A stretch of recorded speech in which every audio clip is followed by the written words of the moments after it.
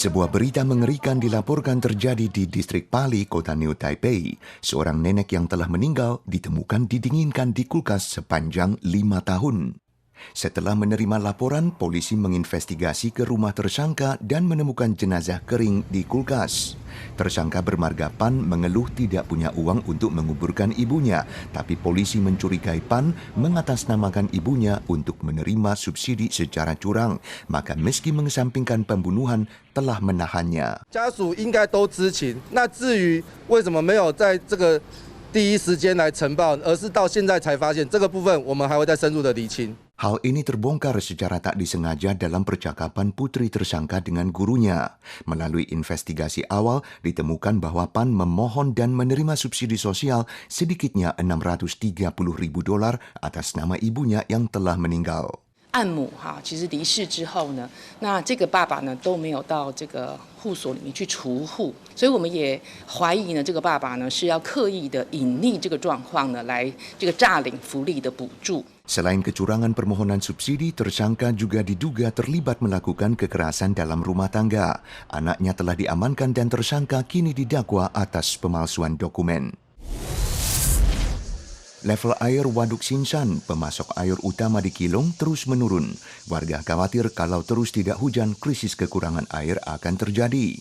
Menurut WRA, level air Waduk Sinsan sudah turun ke bawah 50%, maka telah membentuk Satgas untuk mengalokasi sumber daya air dan membuat hujan buatan, tapi menegaskan bahwa hasilnya tergantung cuaca. 那我们预估大概18号会有一波，那23号可能也会有一波，那个这部分我们都会来做人工增雨这个最及时雨希望能够增加降雨。 Tahun ini belum ada taifun yang masuk ke Taiwan karena terus berlanjutnya gejala La Niña telah memperkuat tekanan tinggi di Pasifik Barat Laut dan merestriksi berkembangnya gangguan tropis.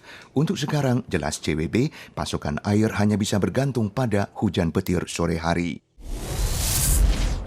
DGBAS mengumumkan upah pokok per bulan rata-rata untuk Januari hingga Juni tahun ini mencapai $44.262 Taiwan, meningkat 3,02% year on year, tertinggi sejak 2001. Tapi setelah deduksi peningkatan harga barang dan inflasi, upah real sebenarnya mencatat penurunan. 我们经常性薪资的这个部分累计是增3.02%。 但同期的物价水准是增加了3.13%，平减之后的话，实质经常性薪资较上年同期减少的是0.11%。 Untuk paruh tahun pertama ini, peningkatan upah pokok dan pendapatan sebenarnya tidak termasuk rendah, tapi setelah dikurangi indeks harga konsumen, pendapatan bersih malah berkurang 0,11%. Ini adalah pertumbuhan negatif pertama dalam kurun waktu yang sama pada 6 tahun terakhir. Tentara Nasional ROC mengadakan latihan tembakan artileri rutin di Pingtung pada tanggal 16. Selain itu, sebuah latihan militer gabungan akan digelar 5 September untuk merespons eskalasi militer Tiongkok. Sementara itu, TPR RRT tanggal 15 merilis sebuah video menayangkan klaim seorang pilot bahwa dia sedang memandang Pulau Penghu di bawah pesawatnya. Video yang disinyalir bertujuan menciptakan kesan bahwa pesawat TPR telah memasuki angkasa Penghu itu segera disangkal oleh Angkatan Udara ROC. 中共运用认知战等相关的伎俩来浮夸。 来说明他们多么接近我们的澎湖，我想那都是不争的事实。 Taktik perang kognitif seperti ini bukan pertama kali digunakan. Video tak nyata serupa berisi pemandangan angkasa Taiwan pernah beredar.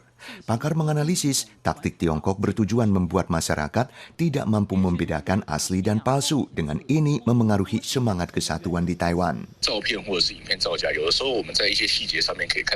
TPR mengumumkan akan meneruskan patroli laut di Selat Taiwan untuk meretaliasi kunjungan anggota DPR Amerika ke Taiwan. Sementara itu, South China Morning Post melaporkan TPR mengalami kekalahan dalam perang propaganda elektronik melawan Amerika.